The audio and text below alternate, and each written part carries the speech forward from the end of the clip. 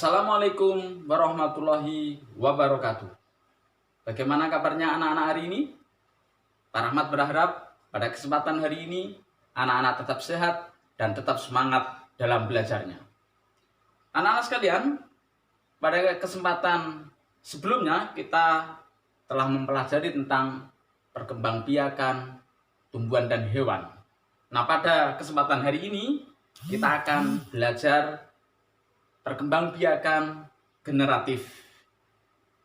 Tema 1, selamatkan makhluk hidup. Kemudian subtema tumbuhan sahabatku, dan kompetensi dasar membandingkan cara perkembangbiakan tumbuhan dan hewan. Bab yang kita pelajari adalah perkembangbiakan secara vegetatif dan generatif, terutama bab bagian-bagian bunga. Anak-anak sekalian yang saya cintai, bahwa setiap makhluk hidup itu pasti melakukan proses perkembangbiakan, karena perkembangbiakan adalah bagian untuk memperbanyak keturunan agar makhluk hidup tidak mengalami kepunahan. Nah, perkembangbiakan tumbuhan itu menggunakan dua cara. Cara yang pertama adalah cara vegetatif, cara yang kedua adalah dengan cara generatif. Perkembangbiakan vegetatif ini dibagi menjadi dua, yaitu perkembangbiakan vegetatif alami dan perkembangbiakan vegetatif buatan. Ini sudah kita pelajari pada kesempatan sebelumnya. Perkembangbiakan vegetatif alami itu ada 9. Yang pertama, membelah diri. Contohnya adalah volvox. Kemudian yang kedua, umbi lapis. Contohnya bawang merah. Kemudian yang ketiga, umbi akar. Contohnya singkong. Yang keempat, umbi batang, contohnya kentang. Yang kelima, gerage, contohnya rumput teki. Kemudian yang keenam, tunas. Ini contohnya adalah tumbuhan pisang atau bambu. Kemudian yang ketujuh, spora, contohnya adalah jamur. Kemudian yang kedelapan, rhizoma, contohnya jahe. Dan yang kesembilan, tunas adventif, contohnya adalah cocor bebek.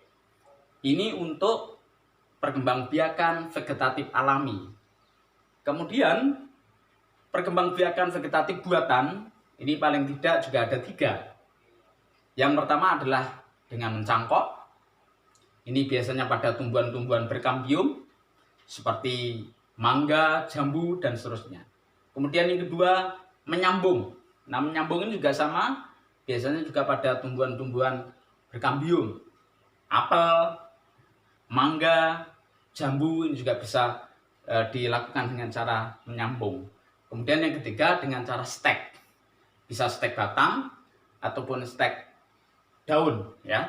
Nah, ini juga biasanya dilakukan pada tumbuhan-tumbuhan yang berkambium seperti teh, kopi, apel, dan seterusnya. Nah, anak-anak sekalian, pada pertemuan kali ini kita akan mempelajari perkembangbiakan secara generatif. Kalau perkembangbiakan vegetatif adalah perkembangbiakan tanpa proses perkawinan. Nah, kalau perkembangbiakan generatif ini berbeda, yaitu perkembangbiakan tumbuhan secara kawin melalui proses perkawinan, atau biasa juga dikenal proses penyerbukan. Dan biasanya perkembangbiakan secara generatif ini adalah perkembangbiakan yang dilakukan oleh tumbuhan-tumbuhan berbiji. Karena tumbuhan-tumbuhan berbiji ini nanti menghasilkan bunga. Dan bunga inilah nanti yang akan menjadi alat penyerbukan. Anak-anak sekalian yang saya sayangi, bagian-bagian bunga paling tidak ada 7 anak. Yang pertama adalah tangkai bunga. Tangkai bunga ini menghubungkan bunga dengan batang. Kemudian yang kedua, dasar bunga. Dasar bunga ini adalah tempat melekatnya mahkota bunga. Yang ketiga, kelopak. Kelopak ini adalah bagian bunga yang menyelimuti bunga saat masih kuncup. Kemudian yang keempat, ini adalah bagian bunga yang paling dikenal di tengah masyarakat, yaitu mahkota bunga. Mahkota ini identik dengan keindahan. Sebuah bunga akan nampak indah dari mahkotanya. Nah, kemudian yang kelima, benang sari. Nah, benang sari inilah alat kelamin jantan pada bunga. Kemudian yang keenam, putik. Putik adalah alat kelamin betina. Sehingga ketika bunga akan melakukan perkawinan, benang sari inilah dan putik inilah kedua alat yang nantinya akhirnya mengalami penyerbukan. Jadi penyerbukan adalah ketika serbuk sari jatuh bertemu dengan kepala putik. Disitulah nanti terjadi perkawinan atau penyerbukan dan menghasilkan tumbuhan-tumbuhan baru. Anak-anak sekalian, mungkin cukup pertemuan kita pada hari ini. Kita akan lanjut pada pertemuan berikutnya. Tetap semangat, belajar terus. Meskipun di era pandemi ini, jangan menyerah dan berdoa. Semoga era pandemi ini segera berakhir dan kita bisa beraktivitas kembali. Assalamualaikum warahmatullahi wabarakatuh.